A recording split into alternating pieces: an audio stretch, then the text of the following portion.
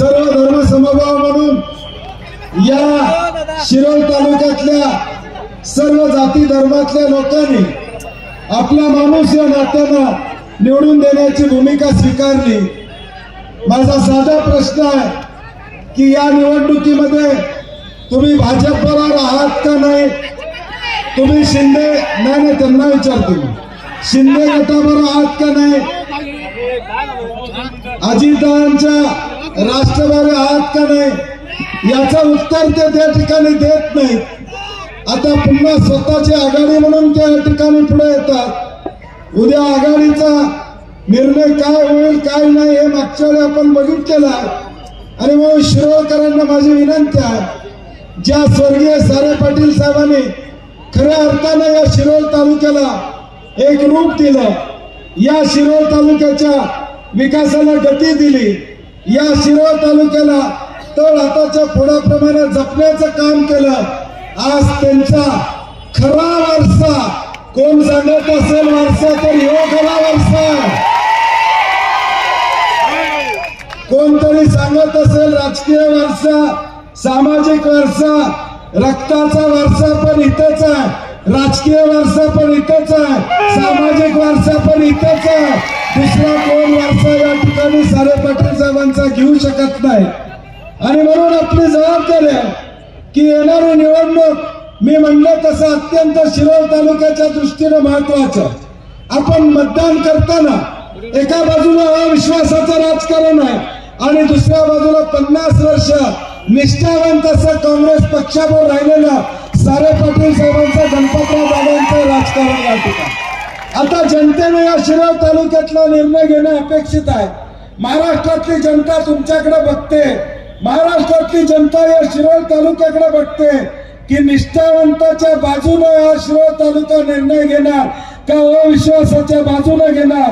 आपण ताकदीनं येणाऱ्या 20 तारखेला गणपतराव दादांसारख्या निष्ठावंताच्या पाठीशी राहावा ही विनंती करण्यासाठी मी या ठिकाणी आलेला। परवा मागच्या आठवड्यात कुरुंदवाडला सभा झाली, कुरुंदवाडची सभा पण लाईव्ह होती, म्हणजे जोरात होता करंट दादा। तुम्ही याच्या आधी मी सांगितलं करंट एवढा आहे की झटका आता कुठं बसायचा तिथं बसणार या सभेचा, तुम्ही काळजी करू नका। एक संयमी नेतृत्व, एक सुसंस्कृत नेतृत्व, आपल्याला भेटणारं नेतृत्व, कधी फोन केला तर या ठिकाणी काम करणारं नेतृत्व आणि सुदैवानं दादांचे कुठले भाऊ काय बाकीचं बोलणार नाही, त्यामुळे काळजी करायचं काम नाही। आणि म्हणून आमची सगळ्यांची विनंती आहे, या जिल्ह्यामध्ये आज मी फिरतोय, चंदगड पासून या शिरोळ तालुक्यापर्यंत फिरतोय, ते काँग्रेस पक्षाचे आमदार निवडून यावे म्हणून, महाविकास आघाडीचे आमदार निवडून यावेत म्हणून। कारण की शेवटी या राज्यामध्ये जी काही महायुतीचं सरकार आहे हे एक भ्रष्ट सरकार आहे। ज्या भ्रष्ट सरकारनं छत्रपती शिवाजी महाराजांचा पुतळा पडला त्यामध्ये भ्रष्टाचार केला, बदलापूरमध्ये एका लहान बालिकेवर अत्याचार झाला, तिची बाळंती नाही, 14 तास पोलीस स्टेशनला होती, तक्रार सुद्धा घेतली नाही का तर भाजपचा या ठिकाणी संस्था असल्यामुळे त्याची तक्रार घेतली नाही। मनोज जरांगे पाटलांसारखा आमचा एक तरुण सहकारी अंतरवाली सराटीमध्ये या ठिकाणी मराठा आरक्षणाला बसला, त्यावेळी त्या ठिकाणी गोळीबार लाठीमार करायचं काम कुणी केलं? कुणी केलं? या सगळ्या गोष्टी या महाराष्ट्रामध्ये गेल्या 3 वर्षामध्ये भाजपच्या माध्यमातून समाजामध्ये धुळी करण्याचं काम त्या ठिकाणी केलं। आज भाजपच्या लोकांची भाषणं ऐका, समाजामध्ये धुळी करण्याचं काम करतायत, रोजगाराबद्दल बोलत नाहीत, शेतकऱ्याबद्दल बोलत नाहीत, दूध उत्पादकाबद्दल बोलत नाहीत, महिलांच्या सन्मानाबद्दल या ठिकाणी बोलत नाहीत, फक्त समाजामध्ये तेढ कसा करता येईल, जाती जातीमध्ये भांडणं कशी लावता येईल हा एकमेव अजेंडा या भाजपचा, शिंदे गटाचा, अजित पवार गटाचा या महाराष्ट्राने या ठिकाणी पाहिलेला आहे। मान खाली घालावी अशी अवस्था गेल्या 3 वर्षामध्ये या महाराष्ट्राची देशामध्ये या ठिकाणी झालेली आहे।